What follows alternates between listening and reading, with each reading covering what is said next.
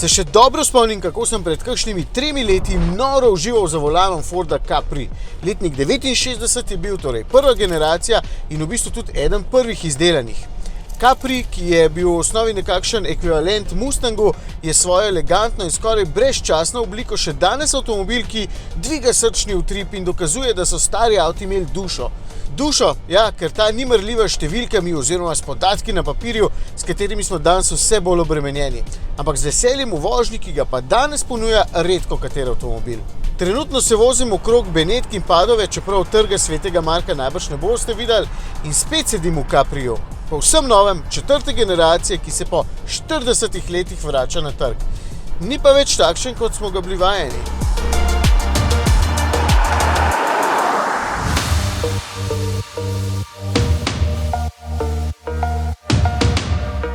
Ja, vem, ni več dvovratni kupe, ampak križenec s položno streho.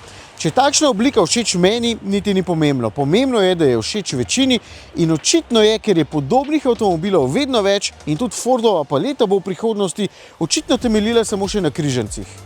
Začnimo z osnovami. 4,63 metra dolžine se novinec lepo uriva med modela Explorer in Mustang Mach-E.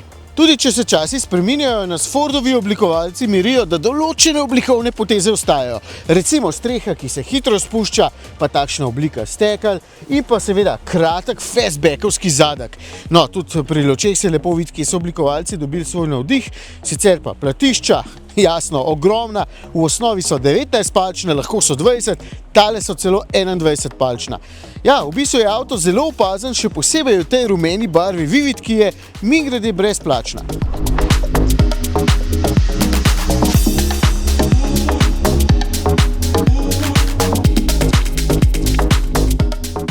Pa notranjost, z izjemo tele prečke je precej zadržana in od nekod poznana. Ja, kdor je vozil že novi Explorer, mu bo tole okolje takoj domače.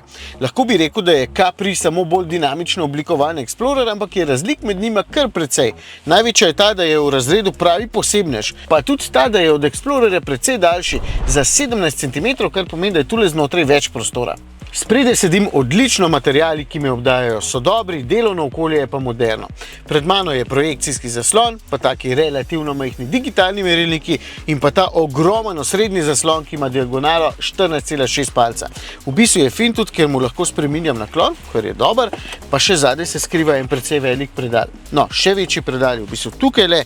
In nasploh je odlagališč ogromno. Če že moram izpostaviti kakšno stvar, ki me malo moti, so to na dotik občutljiva stikala tukaj le na volanu, no pa tudi sam volanski obroč, ki je ne vem kakšne oblike. Čudne. Mi je pa vsem bolj všeč kot v Pumi. Ok, še dve imam. Ker so stekla malo manjša, je preglednost ven nekoliko slabša in pa nad glavo nimam ravno veliko prostora, sploh če upoštevam, da sem jaz prta nizkih. Imam pa veliko prostora pred koleni in tudi dno je ravno, to je super.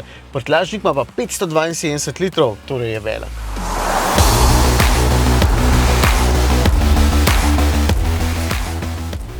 Zdaj pa trenutek resnice. Sem s pogonskim sklopom odlašal, kolikor časa se je dal, ampak na neki točki vam moram vsem povedati, da ga poganja elektrika, a ne?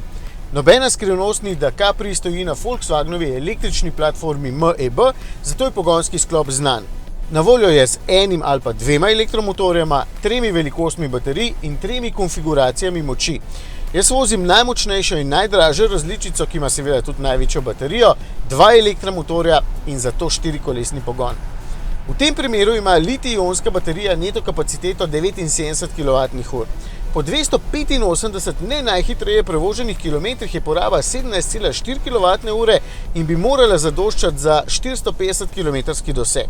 Na avtocesti takšnih številk vseeno ne pričakujte, kakšnih 300 ali pa 350 km pa ne bi smela biti nobena težava, če govorim iz izkušenj pri ostalih podobnih avtomobilih. No, kar se polnjenja tiče, ob optimalnih pogojih naj bi se polnil z do 185 kW moči, torej se bo baterija od 10 do 80% napolnila v približno 25 minutah.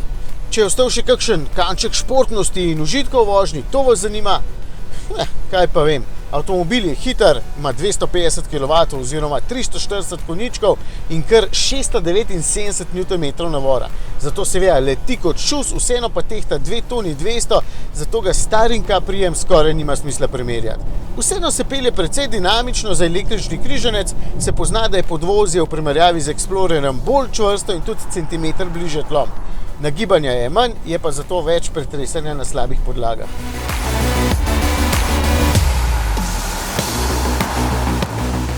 Tudi pri nas se je že začel prodajati, kar pomeni, da ga bomo kmalu lahko konkretno preizkusili. Predvsem me pa zanimajo reakcije folka, ko jim bom povedal, kako se imenuje. Capri.